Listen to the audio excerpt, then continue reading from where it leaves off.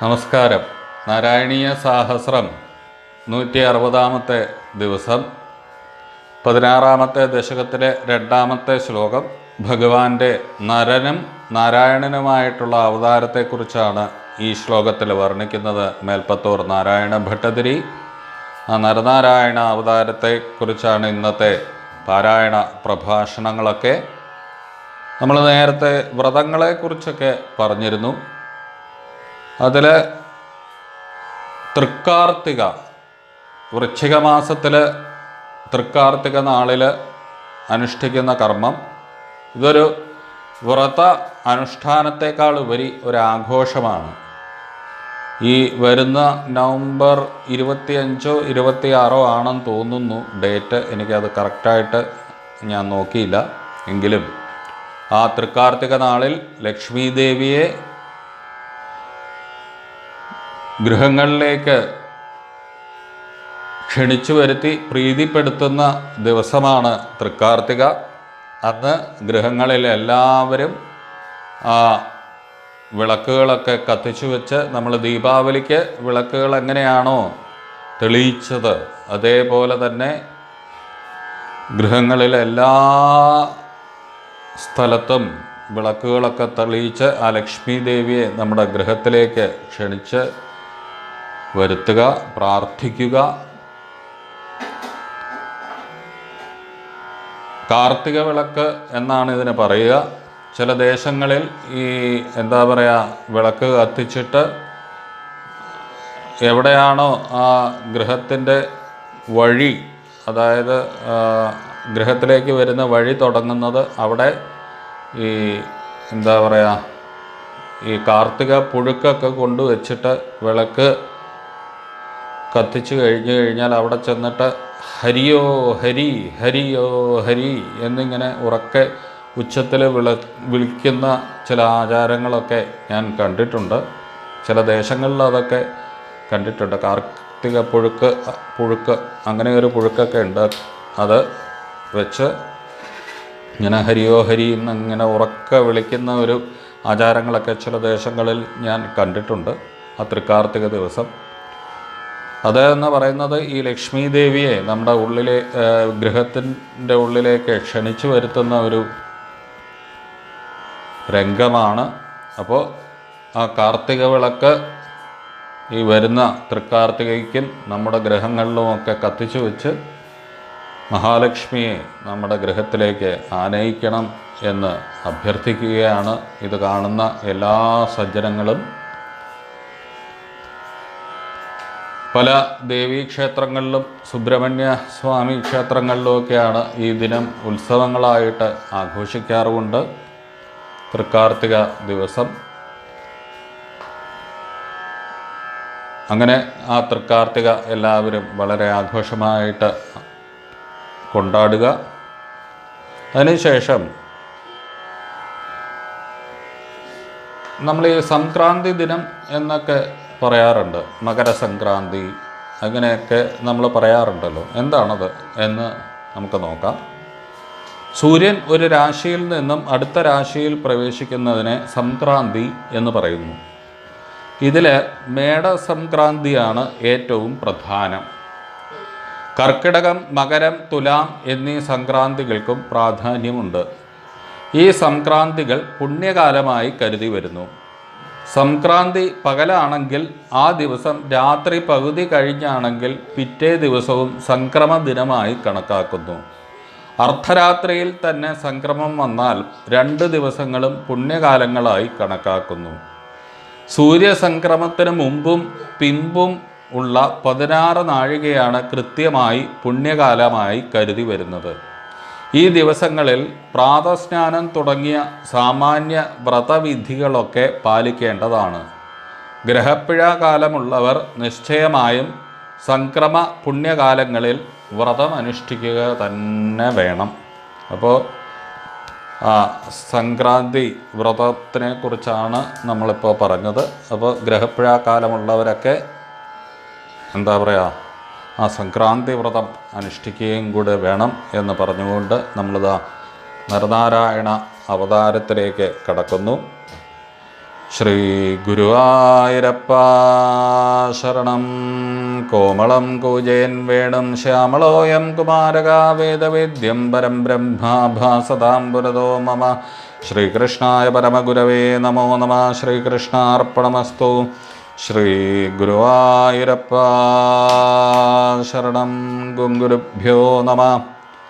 നാരായണീയ സാഹസ്രം 160-ാമത്തെ ദിവസം 16-ാമത്തെ ദശകത്തിലെ 2-ാമത്തെ ശ്ലോകം. നരനാരായണ അവതാരം. മൂർത്തിർഹി ധർമ്മഗൃഹിണീ സുഷുവേ ഭവന്തം നാരായണം നരസഖം മഹിതാനുഭാവം യജ്ജന്മനി പ്രമുദിതാഃ കൃതതുര്യഘോഷാഃ പുഷ്പോത്കരാൻ പ്രവവൃഷുർനുനുഃ സുരൗഘാഃ.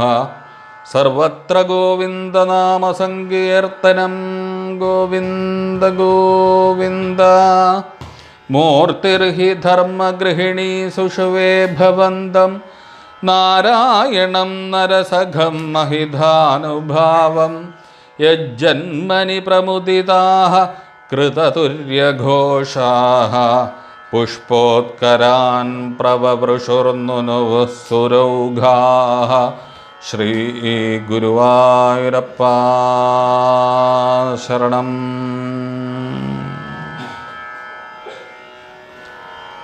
ഈ ചാനലിലെ വീഡിയോസൊക്കെ ആദ്യമായിട്ട് കാണുന്നവരാണെങ്കിൽ ഈ ചാനൽ സബ്സ്ക്രൈബ് ചെയ്യുക. ചാനൽ സബ്സ്ക്രൈബ് ചെയ്തവരെ ഈ ചാനലിലെ വീഡിയോസൊക്കെ ഷെയർ ചെയ്യുക, ലൈക്ക് ചെയ്യുക, കമൻറ്റ് ചെയ്യുക എന്നുകൂടി അഭ്യർത്ഥിക്കുന്നു. എല്ലാവർക്കും ശ്രീ പൊന്നുഗുരുവായൂരപ്പൻ്റെ, ശ്രീ ഗുരുവായൂരപ്പൻ്റെ അല്ലെങ്കിൽ ശ്രീകൃഷ്ണ ഭഗവാന്റെ അനുഗ്രഹം ഉണ്ടാവട്ടെ എന്ന് പ്രാർത്ഥിക്കുന്നു. എല്ലാവർക്കും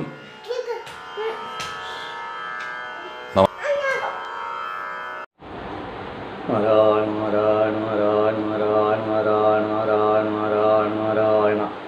ഹരേ രാമേതി കൃഷ്ണ ഇത് നാമസങ്കീർത്തനം സദാലോക്ഷ്യമായ കേശവം സദ്ഗുരും ഭജേ. സർവമംഗളമംഗല്യേ ശിവേ സർവാർത്ഥസാധികേ ശരണ്യേ ത്രയംബകേ ദേവി നാരായണ നമസ്തുതേ.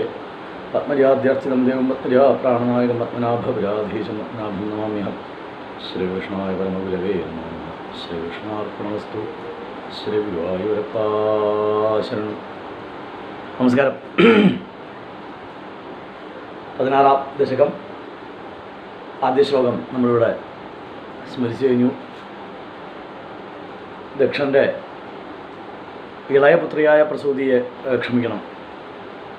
മനുവിൻ്റെ ഇളയപുത്രിയായ പ്രസൂതിയെ ദക്ഷൻ വിവാഹം ചെയ്തു. ദക്ഷ പ്രജാപതിയിൽ 16 പുത്രിമാർ ഉണ്ടായി അദ്ദേഹത്തിന്. 13 പേരെ ധർമ്മദേവനെയും, ഒരാളെ പിതൃക്കളെയും, ഒരാളെ അഗ്നിക്കും, ഒരാളെ മഹാദേവനെയും ഏൽപ്പിച്ചു എന്നിങ്ങനെ കഥ പറയുമ്പോഴാണ് ഭാഗവതത്തിൽ ചതുർത്ഥ സ്കന്ധത്തിലെ ആദ്യത്തെ അധ്യായത്തിൽ മൂർത്തി എന്ന പത്നിയിൽ ഭഗവാൻ നരനാരായണ മഹർഷിമാരായിട്ട് അവതരിച്ചു എന്ന യയോർ ജന്മന്യതോ വിശ്വമഭ്യനന്ദൽ സുനിർവൃതം മനാംസി കകുഭോ വാതാഹ പ്രസേതു സരിതോദ്രേഹ ദിവ്യവാദ്യന്ത ദൂര്യാണി പേതുക്കു സമവൃഷ്ടയ എന്നൊക്കെ പറയുന്നുണ്ട്. ആ ശ്ലോകത്തിൽ ആ ജനനത്തെ ഭട്ടതിരിപ്പാട് ഇതാ അടുത്ത ശ്ലോകത്തിൽ വർണ്ണിക്കുകയാണ്. ഭാരതീയ സംസ്കൃതിയുടെ ആരുഷ പാരമ്പര്യത്തെക്കുറിച്ചാണ് നമ്മൾ ഇന്നലെ സംസാരിച്ചത്. ഇന്നലെയായിരുന്നു ജൈന ആചാര്യൻ വിജയവല്ലഭ ഗുരുവിൻ്റെ 150-ാം ജന്മശതാബ്ദി. അദ്ദേഹത്തിൻ്റെ ഏകം സദ് വിപ്രാ ബഹുധാ വദന്തി എന്നാണല്ലോ ജൈനന്മാരുടെ ആ ഒരു ആശയം. അതാണ് ജൈനമതത്തിൻ്റെ. അപ്പോൾ ഈ ആത്മാവിലേക്കുള്ള യാത്ര വേഗത്തിലാക്കാൻ വേണ്ടി എല്ലാ പ്രാണികളെയും സ്നേഹിക്കാൻ പറഞ്ഞ ആളാണ് വല്ലഭ ആചാര്യൻ, ജൈനന്മാരുടെ മഹാചാര്യൻ. അപ്പോൾ അദ്ദേഹത്തിൻ്റെ ഒരു പ്രതിമ അനാച്ഛാദനമെല്ലാം ഉണ്ടായി പ്രധാനമന്ത്രിയുടെ കൈകളാൽ. ഇത്തരമുള്ള ആചാര്യന്മാർ ഇത് ഒരു ആരുഷ സംസ്കാരമാണ്. ആരുഷ സംസ്കാരം ഋഷിമാരെ പ്രധാനികളാക്കിക്കൊണ്ടുള്ള സംസ്കാരമാണ്. നമുക്കറിയാം ബദ്രീനാഥിൽ ഇന്നും റാവൽജിയാണ് ഒരു സിഗ്നേറ്ററി. അവിടുത്തെ ഏത് കാര്യങ്ങളെയും ഒപ്പുവെച്ച് വേണ്ടാന്ന് വയ്ക്കാനും വേണം എന്ന് വയ്ക്കാനും സിഗ്നേറ്ററി ആയിട്ടുള്ള ആൾ ഒന്ന് റാവൽജിയാണ്. എന്ന് വെച്ചാൽ ബദ്രീനാഥിലെ മേൽശാന്തി ഉത്തരാഖണ്ഡിൽ ഇന്നും. അതുതന്നെ ഈ ആർഷഭാരത സംസ്കാരത്തിൻ്റെ ഏറ്റവും വലിയൊരു ലക്ഷണമാണ്. പിന്നെ ഇത്രയധികം ആചാര്യ പരമ്പരകൾ സ്ഥാപിച്ച മഠങ്ങളുള്ള വേറെ ഏത് ദേശമുള്ളത്?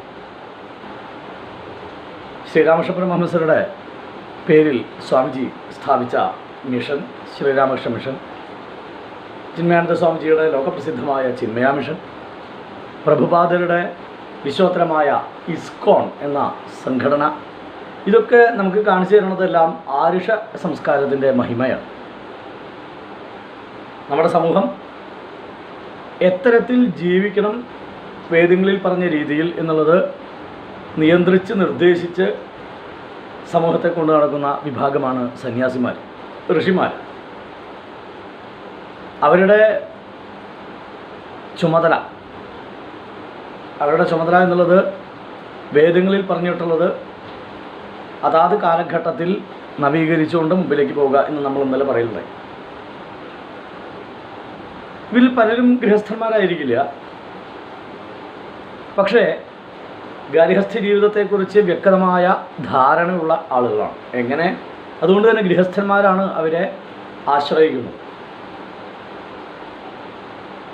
സപ്തമസ്കന്ധത്തിലെ നാരദ ധർമ്മപുത്ര സംവാദം അതൊരു പ്രസിദ്ധമായിട്ടുള്ള സംവാദമാണ്. സദാചാര നിർണയം എന്ന പേരിൽ 5 അധ്യായം. അവിടെ വക്താവ് പരമഗൃഹസ്ഥനായ ഗൃഹസ്ഥാശ്രമിയായ ധർമ്മപുത്രനും ശ്രോതാവ് ദേവഋഷി നാരദനുമാണ്. നാരദൻ വിവാഹിതനല്ല എന്ന് നമുക്ക് എല്ലാവർക്കും അറിയാം. പക്ഷെ അവിടെ 2 അധ്യായങ്ങളിൽ വിസ്തരിച്ച് നാരദൻ ഉപദേശിച്ചത് ഗൃഹസ്ഥന്മാർ എങ്ങനെ ജീവിക്കണം എന്നുള്ളതാണ്. ഒരു ഡോക്ടറും രോഗം വന്നിട്ട് ചികിത്സിച്ചിട്ടല്ല ആ വിഭാഗത്തിൽ ഡിപ്പാർട്ട്മെൻറ്റിൽ എക്സ്പെർട്ടായത്. കാർഡിയാക് എക്സ്പെർട്ട് സർജനുണ്ട്, കാർഡിയാക് സർജൻ. അദ്ദേഹത്തിൻ്റെ ഹൃദയം സർജറി ചെയ്തതിന് ശേഷമല്ലല്ലോ അദ്ദേഹം പ്രസിദ്ധനായിട്ട് കാർഡിയാക് സർജനായിട്ട് മാറിയത്. അത് പഠിച്ചു, അത് മനസ്സിലാക്കി, അത് പ്രാവർത്തികമാക്കി. ഇതുപോലെ ഋഷിമാർ എല്ലാവരും വിവാഹിതരല്ല, വിവാഹം ചെയ്ത ഋഷിമാരുമുണ്ട്. ഋഷിമാർ എന്ന് വെച്ചാൽ നമുക്കൊരു ധാരണയുള്ളത് വിവാഹം ചെയ്യാൻ പാടില്ല എന്നാണ്. അങ്ങനെയൊന്നുമില്ല. ഗൃഹസ്ഥന്മാരായിട്ടുള്ള അനവധി ഋഷീശ്വരന്മാർ നമ്മുടെ പാരമ്പര്യത്തിലുണ്ട്, ആചാര്യ കൂട്ടത്തിലുമുണ്ട്, നമ്മുടെ പാരമ്പര്യത്തിലുമുണ്ട്. സംസ്കാരത്തിലെ പ്രസിദ്ധരായ വേദങ്ങളിൽ പറഞ്ഞിട്ടുള്ള ഋഷിമാരായിട്ടുള്ള ആൾക്കാർ മിക്കവാറും ആളുകൾ വിവാഹം ചെയ്തവരാണ്, ഗൃഹസ്ഥ ആശ്രമ ധർമ്മം അനുഷ്ഠിക്കുന്നത്. ഋഷി എന്ന് വെച്ചാൽ സന്യാസി എന്നല്ല അർത്ഥം, തെറ്റിദ്ധരിക്കാം.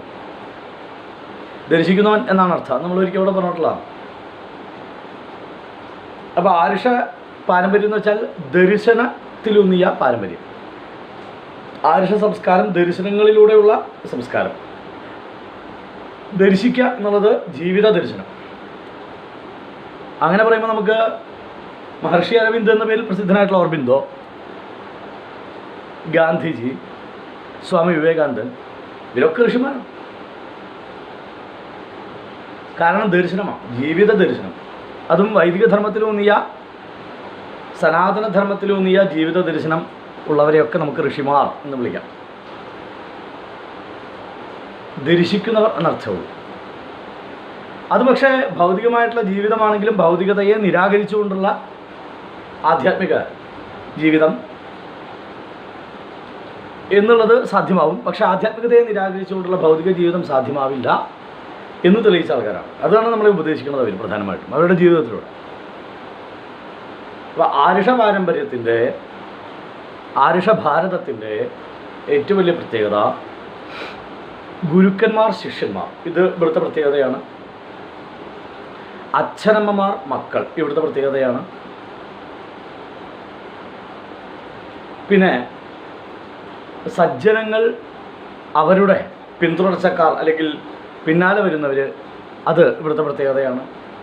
അപ്പോൾ ആളുകൾ കളിയാക്കാനോ അല്ലെങ്കിൽ വിമർശിക്കാനോ ഉപയോഗിക്കുന്നത് ഇവിടെ മാത്രമേ ഇത്തരത്തിൽ ആൾ ദൈവങ്ങളുള്ളൂ, വേറെ ദിക്കിലൊന്നുമില്ല. ഓഫ് കോഴ്സ് ഇവിടെ മാത്രമേ ഉള്ളൂ, അത് ഇവിടുത്തെ പ്രത്യേകതയാണ്. ഇത്രയധികം ഫോളോവേഴ്സുള്ള വേറെ ഏത് മനുഷ്യന്മാരാണ് ലോകത്തുള്ളത്? അപ്പോൾ ആരുഷ സംസ്കാരത്തിൻ്റെ ഏറ്റവും വലിയ പ്രത്യേകത ഒരാൾ നയിക്കുന്നു, അത് പൗരോഹിത്യമല്ലാതെ. ഇനി ഒരു വ്യക്തിയല്ലല്ലോ നയിക്കുന്നത്, ഒരു വിശ്വാസി പ്രമാണത്തെ ഒരു വ്യക്തി നയിക്കുകയല്ലോ ചെയ്യുന്നത്. നമ്മുടെ ഏതെങ്കിലും ആരാധനാ സമ്പ്രദായത്തിൽ അതുണ്ടോ? ശൈവ സമ്പ്രദായത്തിൻ്റെ ആചാര്യൻ, വൈഷ്ണവ സമ്പ്രദായത്തിൻ്റെ ആചാര്യൻ, ശാക്തേയ സമ്പ്രദായത്തിൻ്റെ ആചാര്യൻ, ഇങ്ങനെയുണ്ടോ? തരം തിരിച്ചിട്ടുണ്ടോ? ഇല്ല. നമുക്ക് ദർശനങ്ങളേ ഉള്ളൂ. ആ ദർശനങ്ങളിലൂടെ അനവധി ആചാര്യന്മാർ, ലക്ഷോപലക്ഷം ആചാര്യന്മാർ അവർ നൽകുന്ന സുദർശനങ്ങളിലൂടെ വരും തലമുറ അല്ലെങ്കിൽ ചുറ്റുമുള്ള ലോകം വളർന്നു വികസിച്ച് ഇന്ന് പ്രധാനമന്ത്രി പ്രസംഗത്തിൽ സൂചിപ്പിച്ചതാണ്. നിങ്ങളെല്ലാവരും സജ്ജനങ്ങൾ ആത്മനിർഭർ ഭാരതിന് വേണ്ടി പ്രസക്തമായിട്ടുള്ള രീതിയിൽ പ്രവർത്തിക്കണം എന്നുള്ളത് പറയുന്നുണ്ടായിരുന്നു. ആരുഷഭാരതം എന്നുള്ളതൊരു പ്രത്യേകത അതാണ്. ഇവിടെ ഭൗതിക വികസനമൊന്നും, ഇവിടെ നളന്തയും തക്ഷശിലയും ഗ്രാമാൻ പുര പത്തനാനി ദുർഗാൻ വിവിധാനി ചാഖേടാൻ മൃജാൻ ശശിബിരാൻ ആകരാൻ ഖർവടാൻ പ്രാഗ് പൃഥോരിഹ നൈവൈഷ പുരഗ്രാമാദികൽപ്പന യഥാസുഖം വസന്തി സ്മ തത്ര തത്ര ആകുതോഭയാ എന്ന് പൃഥ്വചരിതത്തിൽ മൈത്രേയ മഹർഷി ഉപദേശിക്കുന്നുണ്ട്. ഇവിടെ ഗ്രാമങ്ങളുണ്ടായിരുന്നു, സിറ്റികളുണ്ടായിരുന്നു, റോഡുകളുണ്ടായിരുന്നു, നദികളെ കുറുകെ കിടക്കാനുള്ള പാലങ്ങളുണ്ടായിരുന്നു. ഇതെല്ലാം പൃഥ്വമഹാരാജാവ് കണ്ടുപിടിച്ച പ്രാഗ് പൃഥോരിഹ നൈവൈഷ പുരഗ്രാമാദി കൽപ്പന. പുരം എന്ന് വെച്ചാൽ സിറ്റി, ഗ്രാമം എന്ന് വെച്ചാൽ ഗ്രാമം. ഈ സങ്കല്പങ്ങളൊക്കെ ഇവിടെ ആർഷഭാരത സംസ്കാരത്തിൽ അതിനനുസരിച്ച് ഉണ്ടായിരുന്നതാണ്. ജനങ്ങൾ ഇത്തരത്തിൽ ജീവിക്കണമെന്നും കുടുംബ സമ്പ്രദായം കുറച്ചധികം ശക്തമാക്കി നിലനിർത്തണമെന്നും നമ്മുടെ ആചാര്യന്മാർ നിഷ്കർഷിച്ചിരുന്നു, അല്ലെങ്കിൽ ഋഷിമാർ നിഷ്കർഷിച്ചിരുന്നു.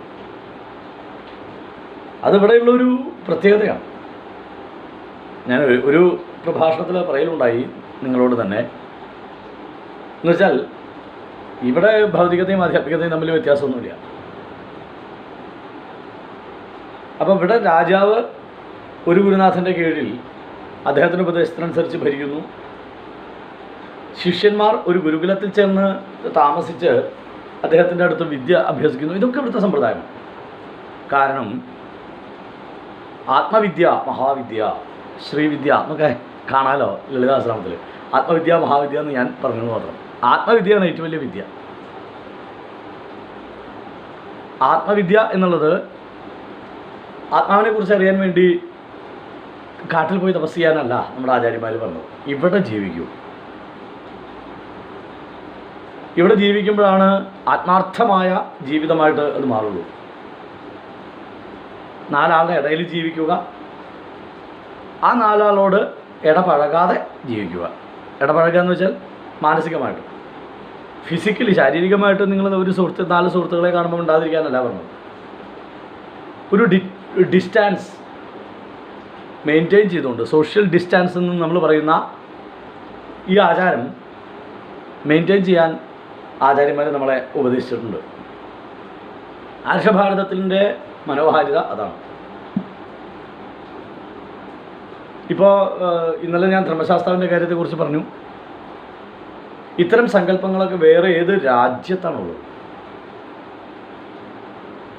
ഇത്രയും പവർഫുള്ളായി മഹാരാഷ്ട്രയിൽ ക്ഷേത്രങ്ങൾ തുറക്കാതെയുള്ള പ്രക്ഷോഭങ്ങൾ ആരംഭിക്കാൻ പോവുകയായിരുന്നു. ഇങ്ങനെ ഒരു സ്ഥലത്ത് കാണാൻ സാധിക്കുമോ? അപ്പോൾ നമ്മളെ എല്ലാവരെയും വിഡ്ഢി എന്നാണോ പുറമേയുള്ളവർ വിളിക്കുന്നത്? അല്ല. അവരിവിടുത്തെ ഐശ്വര്യം കണ്ട്, ഇവിടുത്തെ ഈ ഐക്യം കണ്ട് അസൂയപ്പെടുന്നു.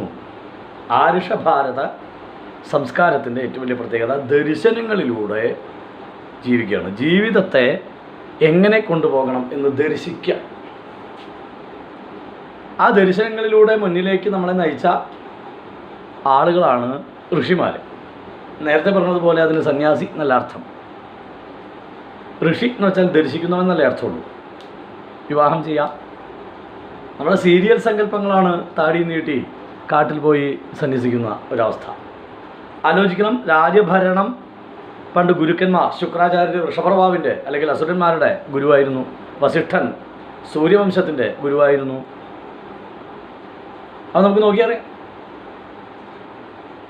ഈ രാജ്യകാര്യങ്ങൾ എന്ന് പറഞ്ഞാൽ രാഷ്ട്രീയമുണ്ട്, സാമ്പത്തികമുണ്ട്, സാമൂഹ്യമുണ്ട്. ഇതൊക്കെ നിയന്ത്രിച്ചിരുന്നത് ഋഷിമാരാണ് പണ്ട്. ആ സമയത്താണ് നമ്മളുടെ കേരളത്തിൽ മാത്രം പറയണത് മതം ഭരണത്തിൽ ഇടപെടരുതെന്ന്. ഏത് മതം എന്ന് വെച്ചാൽ എന്താണെന്ന് അറിയാത്ത ആൾക്കാർ. ശബരിമല വിഷയം വന്നപ്പോൾ ആചാര്യന്മാരോട് മിണ്ടാണ്ടിരിക്കാൻ പറഞ്ഞു, നിങ്ങളിതിൽ ഇടപെടണം. പിന്നെ ആരാ തീരുമാനിക്കാൻ ഇവിടുത്തെ കാര്യങ്ങൾ? ആചാര്യന്മാരാ തീരുമാനിക്കുക. പണ്ടുകാലം മുതലേ നാട്ടുരാജ്യങ്ങളായിട്ട് കഷ്ണമായിട്ട് നിൽക്കുന്ന സമയത്തും ഭാരതത്തിൽ ഒരു രാജാവിനൊരു ഗുരുനാഥനുണ്ടായിരുന്നു. അത് താടി വെച്ച് ഹിമാലയത്തിൽ പോയി തപസ് ചെയ്ത സന്യാസിയല്ല. ശാസ്ത്രങ്ങൾ പഠിച്ച, അതാത് കാലത്തെ ആധുനിക ശാസ്ത്രങ്ങളെ മനസ്സിലാക്കി ഭരണത്തെ നിർവഹിക്കാൻ ഉപദേശിക്കുന്ന ആളുകളായിരുന്നു. കൗടില്യൻ്റെ കഥ നമുക്കറിയാം. അപ്പോൾ ഞാൻ പറഞ്ഞു വരുന്ന വിഷയം എന്താണെന്ന് വെച്ച് കഴിഞ്ഞാൽ, ആരുഷഭാരത സംസ്കാരം എന്നുള്ളത് ഏറ്റവും പ്രസക്തമായിട്ടിങ്ങനെ കൂടി വരികയാണ് ഓരോ ദിവസം കഴിയുമ്പോൾ. കാരണം വേണം, ആധ്യാത്മിക ദർശനമില്ലാതെ ഇവിടെ ഒരു വ്യക്തിക്കും ജീവിക്കാൻ സാധിക്കില്ല. എന്നിട്ട് വേണ്ട ഒരു സമൂഹത്തിന് ആധ്യാത്മിക ദർശനങ്ങൾ വേണം. ആധ്യാത്മിക ദർശനങ്ങളിലൂന്നിയ രാഷ്ട്രീയം വേണം, പ്രത്യേകിച്ച് ജനാധിപത്യ രാജ്യത്ത്. അങ്ങനെ വരുമ്പോഴേ ഇതെല്ലാം ശക്തമായി നമുക്ക് നിലനിർത്താൻ സാധിക്കുള്ളൂ. അപ്പോൾ ആയുഷഭാരത സംസ്കാരത്തെ നമ്മൾ പുച്ഛിക്കരുതെന്ന് മാത്രമല്ല, അത് പണ്ടുള്ള ഋഷിമാരെന്തൊക്കെ പറഞ്ഞിരുന്നുവോ അതൊക്കെ മാക്സിമം അതിൻ്റെ ഒരു ആധുനിക രൂപത്തിലെങ്കിലും തുടർന്നു പോകാൻ നമുക്ക് സാധിക്കും. അതിൽ പ്രധാനികളായിട്ടുള്ള രണ്ട് പേരാണ് നരനും നാരായണനും. ബദ്രീനാഥിൽ പോയിട്ടുള്ളവർക്കറിയാം, ക്ഷേത്രത്തിൻ്റെ ബദ്രീനാഥൻ്റെ പിന്നിൽ രണ്ട് പർവ്വതങ്ങളുണ്ട്. ഒന്ന് നീലകണ്ഠപർവ്വതം എന്ന് തൊട്ട് പിന്നിൽ കാണാം. നരനാരായണ മഹർഷിമാർ തപസ് ചെയ്യുന്ന രണ്ട് പർവ്വതങ്ങൾ, നരപർവ്വതം, നാരായണ പർവ്വതം, അതും കാണാൻ സാധിക്കും. നരനാരായണന്മാരുടെ പ്രത്യേകത, നമ്മൾ ഏത് ധ്യാന ശ്ലോകത്തിലും വിടാതെ ചൊല്ലുന്ന ഒരു ശ്ലോകമുണ്ട്. നാരായണം നമസ്കൃത്യ നരൻ ചൈവ നരോത്തമം എന്ന് കേൾക്കാം. നരോത്തമനായ നരൻ, നാരായണനായ നാരായണൻ. ഈ നാരായണന്മാരുടെ അവതാര ഉദ്ദേശമൊക്കെ പലതും പറയും. സഹസ്ര കവചനെ നിഗ്രഹിക്കാൻ, ഓരോ കവചം മുറിച്ച് മാറ്റാൻ 1000 കൊല്ലം തപസ് ചെയ്യണം. അതിന് 1000 കൊല്ലത്തിൻ്റെ തപശക്തിയുടെ ബലം കൊണ്ട് 1000 കൊല്ലം യുദ്ധം ചെയ്യണം. അപ്പോൾ ഒരു കവചം മുറിച്ച് നിൽക്കാൻ പറ്റും. അങ്ങനെ 1000 കവചം മുറിച്ചാലേ അദ്ദേഹത്തിന് മരണമുള്ളൂ എന്ന് മനസ്സിലാക്കി ഡബിൾ റോളിൽ ഭഗവാൻ വന്നതാണ് നരനാരായണ അവതാരം എന്നവിടെ ഇരിക്കട്ടെ. പക്ഷേ ഈ പറഞ്ഞ കാര്യവുമായിട്ട് ഇതിനെ നമുക്ക് യോജിപ്പിക്കുമ്പോൾ നരനാരായണന്മാരുടെ പ്രസക്തി അപ്പോഴാണ് മനസ്സിലാവുക. ദേവിയും സരസ്വതിയും വ്യാസം തതോ ജയമുദീരയൽ. ജയം എന്ന് വെച്ചാൽ ഭാഗവതം അല്ലെങ്കിൽ ഗീത അല്ലെങ്കിൽ മഹാഭാരതം. ഇത് ഞാൻ ഉദീരണം ചെയ്യാൻ പോകുന്നു, പറയാൻ പോകുന്നു. എന്ത് ചെയ്തിട്ട്? നാരായണനെ നമസ്കരിച്ച്, നരനെയും നമസ്കരിച്ച്, ദേവിയെയും സരസ്വതിയെയും വ്യാസനെയും നമസ്കരിച്ച് ഞാൻ ഭാഗവതം പറയാൻ പോകുന്നു. എന്തിനാണ് ഇവരെ നമസ്കരിക്കുന്നത്? അതാണ് അതിൻ്റെ പ്രസക്തി. നരനാരായണ അവതാരത്തിൻ്റെ പ്രസക്തി ഈ കേവലം ഒരു സഹസ്രകവച നിഗ്രഹത്തിന് വേണ്ടി മാത്രമല്ല ഈ അവതാരം. നരനാരായണന്മാർ ജ്ഞാന വൈരാഗ്യ മൂർത്തികളാണ്. ആ ജ്ഞാനത്തിൻ്റെയും വൈരാഗ്യത്തിൻ്റെയും വക്താക്കളാണ്.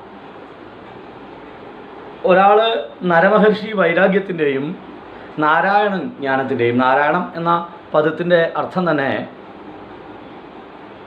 ജ്ഞാനത്തിൻ്റെ ജ്ഞാനം എന്നുള്ള അർത്ഥമാണ് നാരായണൻ എന്ന പദത്തിൻ്റെ അർത്ഥം. നരൻ വൈരാഗിയായിരിക്കണം. നരൻ എന്ന് ഉദ്ദേശിക്കുന്നത് മനുഷ്യൻ എന്നുള്ള രീതിയിലാണെങ്കിൽ അത് എപ്രകാരം വേണമെന്ന് നരമഹർഷിയായിട്ട് ഭഗവാൻ നരോത്തമം പെട്ടൊരുപാടും ആ പ്രയോഗം തന്നെ കടമെടുത്തിട്ടുണ്ട്. മൂർത്തിരിഹി ധർമ്മഗൃഹിണി സുഷുവേ ഭവന്തം. മൂർത്തി എന്ന ധർമ്മദേവൻ്റെ പത്നിമാരിൽ ശ്രേഷ്ഠയായ ഒരമ്മ മൂർത്തിരിഹി ധർമ്മഗൃഹിണി. ധർമ്മഗൃഹിണി എന്ന് വെച്ചാൽ ധാർമ്മികമായിട്ട് ഗൃഹത്തിൽ നിവസിക്കുന്നവൾ, നല്ല പതിവ്രതയായിട്ടുള്ള സ്ത്രീ എന്നുള്ള അർത്ഥത്തിൽ ധർമ്മഗൃഹിണി അല്ല, ധർമ്മദേവൻ്റെ ഗൃഹിണി. ഗൃഹിണി എന്ന് വെച്ചാൽ കുടുംബനാഥ. മൂർത്തിരിഹി ധർമ്മഗൃഹിണി, കുടുംബശ്രീ എന്നർത്ഥം, കുടുംബത്തിൻ്റെ ശ്രീത്വം. ധർമ്മഗൃഹിണി, മൂർത്തി എന്ന് ആണിൻ്റെ പേരല്ല, മകളുടെ പേരാണ്. സുഷുവേ ഭവന്തം, അവിടുത്തെ പ്രസവിച്ചു. സുഷുവേ എന്ന് വെച്ചാൽ പ്രസവിച്ചു. അവിടുത്തെ ആരേടാ? നാരായണം നരസഖം മഹിതാനുഭാവം. നാരായണനെയും നരസഖൻ, മഹിതാനുഭാവനായ നരസഖൻ എന്ന് വെച്ചാൽ മനുഷ്യരുടെ കൂട്ടുകാരൻ. ഇനി വേറൊന്ന്, നാരായണം നരസഖം എന്നുള്ളത് നാരായണൻ്റെ വിശേഷണമായിട്ടും സൂചിപ്പിക്കാം.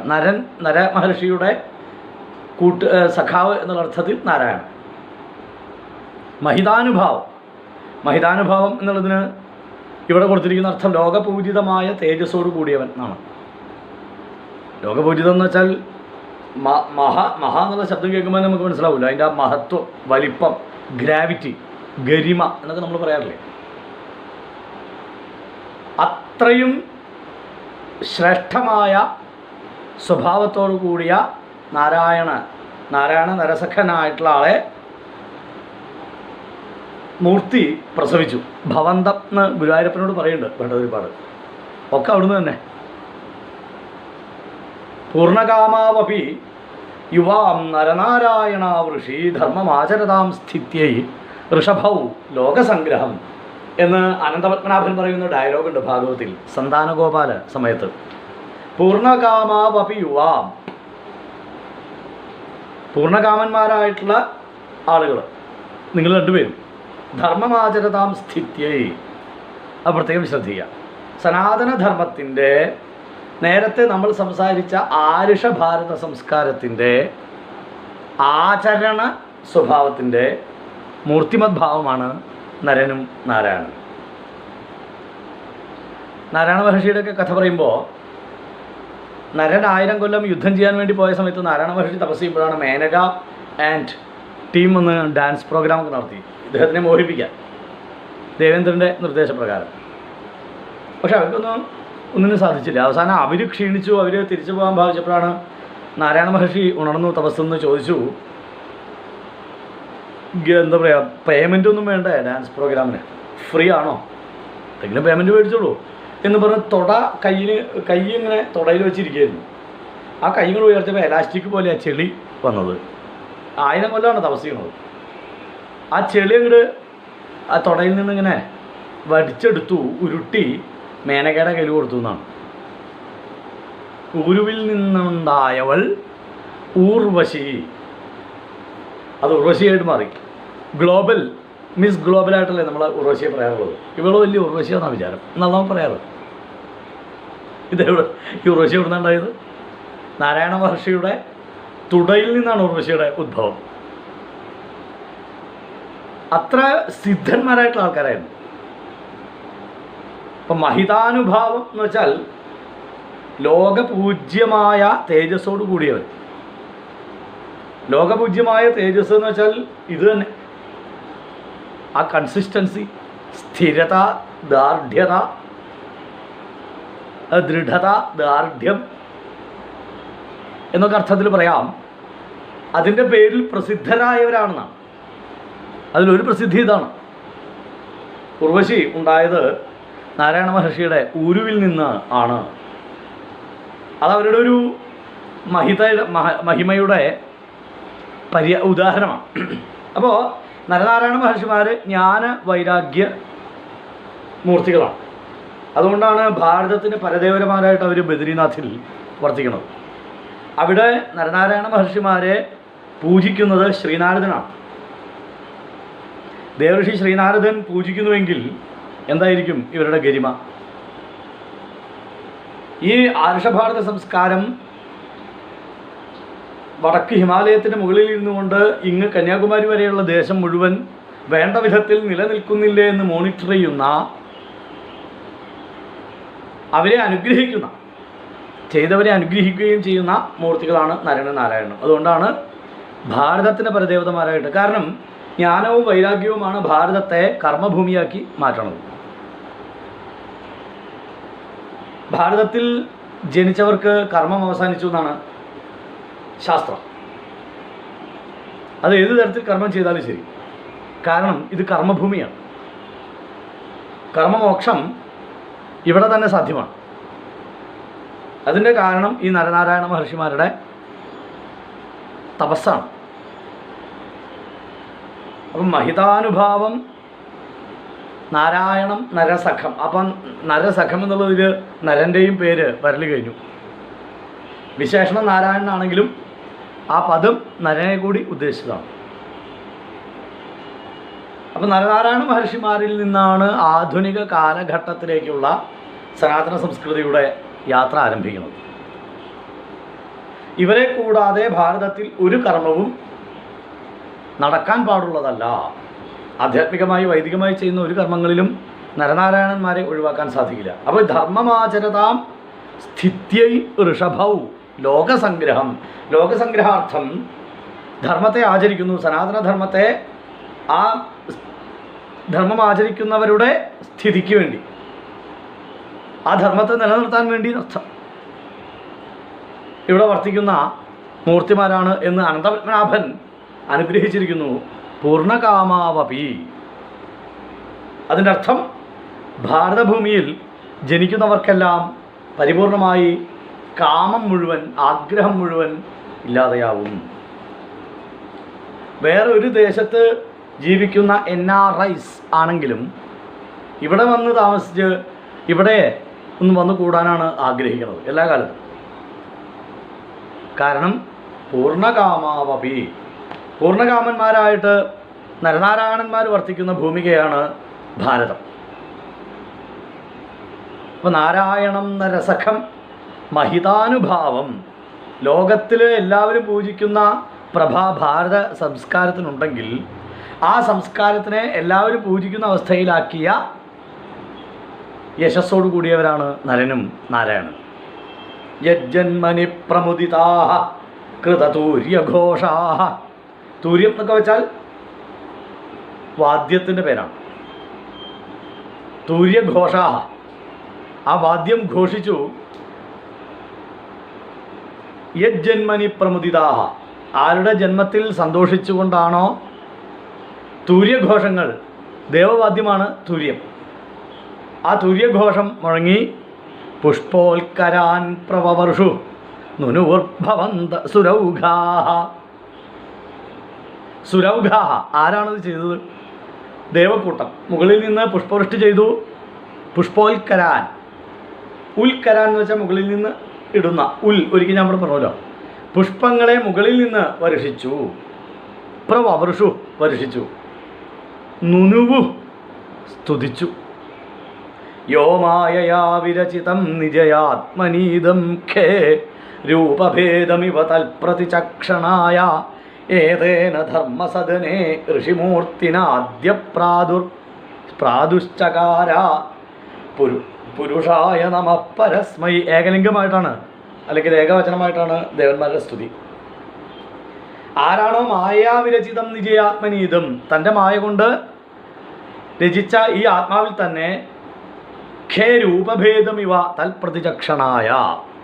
പ്രതിബിംബ ബിംബ പ്രതിബിംബ വിവേചനത്തെക്കുറിച്ച് പറഞ്ഞല്ലോ. അതാണ് ആകാശത്തിൽ രൂപഭേദമിവ, ആകാശത്തിൻ്റെ രൂപഭേദം ചോട്ടിൽ കാണുന്നത് പോലെ ഏതേന ധർമ്മസദനെ ഋഷിമൂർത്തിന അദ്യ. ഈ ഋഷിമൂർത്തിയാൽ, അല്ലെങ്കിൽ മൂർത്തി എന്ന, ഋഷിമൂർത്തി എന്ന് ഉദ്ദേശിക്കുന്നത് മൂർത്തി എന്ന പത്നി, അല്ലെങ്കിൽ ധർമ്മദേവന്റെ ധർമ്മസദനെ ഋഷിമൂർത്തിന അദ്യ. ഇന്ന് അദ്യ പ്രാദുശ്ചകാര, ആവിർഭവിച്ചു. പുരുഷായ നമഃ പരസ്മൈ എന്ന് ദേവന്മാരെ സ്തുതിക്കുന്നതും ചതുർത്ഥ സ്കന്ധത്തിൽ ആദ്യം കാണാം. അതാണ് നുനുസുരൗഘാഹ എന്ന് ഒറ്റയടിക്ക് പറഞ്ഞത്. സോയം സ്ഥിതി വ്യതികരോപശമായ സൃഷ്ടാൻ സത്വേന നസുരഗണാനനുമേയ തത്വ എന്നൊക്കെ അവർ തുടർന്ന് 2 ശ്ലോകം ഉണ്ട് ദേവന്മാരുടെ സ്തുതിയായിട്ട് ചതുർത്ഥത്തിൽ ആദ്യത്തെ അധ്യായത്തിൽ. ഇപ്പം നുനുവു സുരൗഘാഹ, ദേവന്മാരാണ് സ്തുതിച്ചത്. അതെന്താ കാരണം? ദേവന്മാരുടെ യശസ്സാണ് വേദങ്ങളിലൂടെ പറഞ്ഞിരിക്കുന്നത്. ദേവന്മാർ വരുണൻ, ഇന്ദ്രൻ, അഗ്നി, വായു, ഇവരുടെയൊക്കെ യമൻ, ഇവരുടെയൊക്കെ യശസ്സുകളാണ് വേദങ്ങളിലൂടെ ഉദ്ഘോഷിക്കപ്പെട്ടത്. ആ വേദധർമ്മത്തെ, വൈദിക ധർമ്മത്തെ ധർമ്മമാചരതാം സ്ഥിത്യൈ എന്ന നിലയ്ക്ക് ധർമ്മത്തിൻ്റെ സ്ഥിതിക്കായിട്ടാണ് ഭഗവാന്റെ അവതാരം. ഖേ രൂപഭേദം ഇവ തൽപ്രതിചക്ഷണായ. അപ്പോൾ ആ അവതാരം ഈ ധർമ്മത്തെ നിലനിർത്തുമ്പോൾ ഏറ്റവും അധികം പ്രശസ്തരാകുന്നതും പ്രസക്തരാകുന്നതും പൂജിതരാകുന്നതും തങ്ങളാണ് ദേവന്മാർക്കറിയാം. അതുകൊണ്ടാണ് ദേവന്മാർ സ്തുതിച്ചത്. നുനു സുരൗഘാഹ. അപ്പോൾ ആ ദേവന്മാരുടെ സ്തുതി ഈ ശ്ലോകത്തിലൂടെ സൂചിപ്പിച്ചു കഴിഞ്ഞു ഭട്ടതിരിപ്പാട്. വളരെ ഒരൊറ്റ അധ്യായത്തിൽ വളരെ കുറച്ച് സമയമേ നരനാരായണ അവതാരത്തെക്കുറിച്ച് പറയുന്നുള്ളൂ. പിന്നെ മറ്റ് 2 ദിക്കുകളിലൊക്കെ ആയിട്ട് വിസ്തരിച്ച് പറയുന്നു. അതായത് നാരദൻ സ്തുതിക്കുന്ന രീതിയിൽ പഞ്ചമസ്കന്ധത്തിൽ 19ാമത്തെ അധ്യായത്തിൽ കാണാം. നാരദൻ്റെ സ്തുതിയൊക്കെ ഉണ്ട്, ആ മന്ത്രമായിട്ട് കാണാം ഭാരതമാഹാത്മ്യം പറയുമ്പോൾ. പിന്നീട് സന്താനഗോപാലത്തിൽ ഈ രീതിയിലുള്ള ഒരു പ്രശംസയായിട്ട് അനന്തപത്മനാഭൻ്റെ വാക്കുകളായിട്ട് കാണാം. പിന്നീട് ഏകാദശത്തിൽ 12-ൽ 9-ൽ ദത്താത്രേയ ഗീതയിൽ അവസാനം ഉപദേശിക്കുന്നതും ഭഗവാന്റെ, അല്ലെങ്കിൽ 4ാമത്തെ അധ്യായത്തിൽ നരനാരായണ അവതാരം വിസ്തരിച്ച് സൂചിപ്പിക്കുന്നു. അത് ഓരോരോ ഘട്ടങ്ങളിൽ അതിൻ്റെ മാഹാത്മ്യത്തെക്കുറിച്ച് സൂചിപ്പിച്ചിട്ടുണ്ടെന്നർത്ഥം. നരനാരായണ അവതാരത്തിന് നമ്മൾ അത്ര ശ്രദ്ധിക്കാത്തൊരു അവതാര രൂപമാണ് ഈ നരനാരായണ അവതാരം. അവർക്ക് ക്ഷേത്രങ്ങളില്ല എന്നാണ്. അവരുടെ ക്ഷേത്രങ്ങളാണ് ഈ എന്താ പറയുക ബദ്രീനാഥിൽ നമ്മൾ കാണുന്നത്. നരപർവ്വതമായിട്ടും നാരായണപർവ്വതമായിട്ടും ആ നാരായണന്മാരെ നാരദൻ ഉപാസിക്കുന്ന രൂപത്തിലും ആണ് ബദ്രീനാഥിൽ പ്രതിഷ്ഠ നമുക്ക് കാണാൻ സാധിക്കുക. അപ്പോൾ ഈ അവതാരം ശ്രേഷ്ഠമായിട്ടുള്ള ജ്ഞാനവൈരാഗ്യങ്ങളുടെ അവതാരം. ഭാരതം എന്തുകൊണ്ട് കർമ്മഭൂമിയാണ് എന്ന് ചോദിച്ചാൽ യോ മായയാ വിരചിതം നിജയ, അത് പഞ്ചമസ്കന്ധത്തിൽ വിസ്തരിച്ച് പറയുന്നുണ്ട്.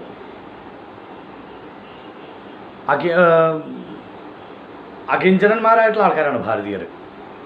നിരുപാധികമായിട്ട് ജീവിതത്തെ ഏറ്റെടുക്കുന്ന ആൾക്കാരാണ്.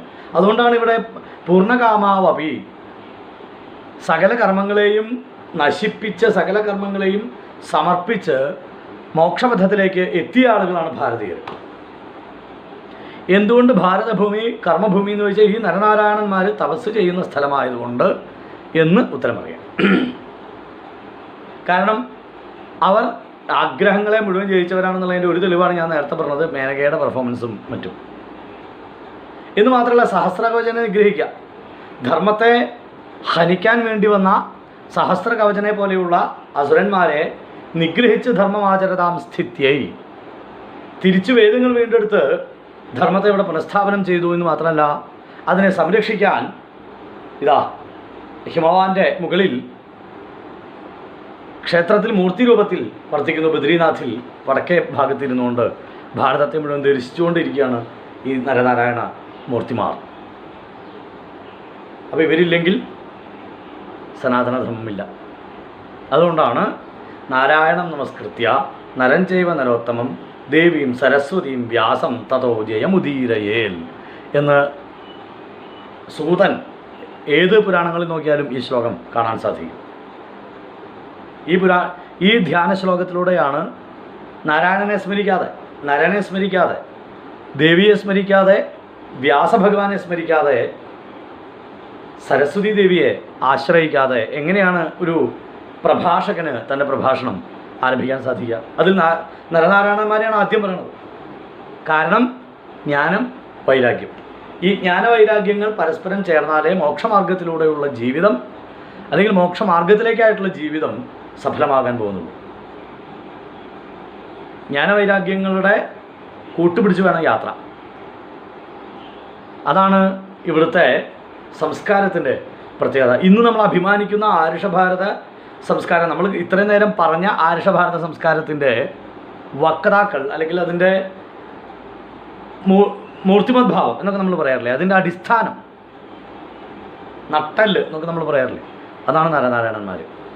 മൂർത്തിരിഹി ധർമ്മഗൃഹിണീ സുഷുവേ ഭവന്തം. ധർമ്മപത്നിയായ മൂർത്തി ആകട്ടെ അവിടുത്തെ പ്രസവിച്ചു. എന്താ അവിടുത്തെ പ്രത്യേകത? നാരായണം നരസഖം മഹിതാനുഭാവം. ഏറ്റവും ശ്രേഷ്ഠരായിട്ടുള്ള ജ്ഞാനവൈരാഗ്യമൂർത്തികളായ നാരായണനെയും നരസഖനെയും നരനെയുമാണ് അവിടുത്തെ രൂപത്തിൽ മൂർത്തി പ്രസവിച്ചത്. യജ്ജന്മനി പ്രമുദിതാ കൃതതുര്യഘോഷാ. ആര് ജനിച്ചപ്പോഴാണോ ദേവന്മാർ പോലും തുര്യം മുഴക്കി എന്ന് മാത്രമല്ല പുഷ്പോൽക്കരാൻ പ്രഭവർഷുർനുനുസുരൗഘാ, സ്തുതിച്ചു, പുഷ്പവൃഷ്ടി ചെയ്തു. ആ നരനാരായണന്മാരെ അവിടുത്തെ അമ്മ മൂർത്തി പ്രസവിച്ചു എന്ന് സ്തുതിക്കുന്നു. നമസ്കാരം. ജയ് ശ്രീകൃഷ്ണൻ.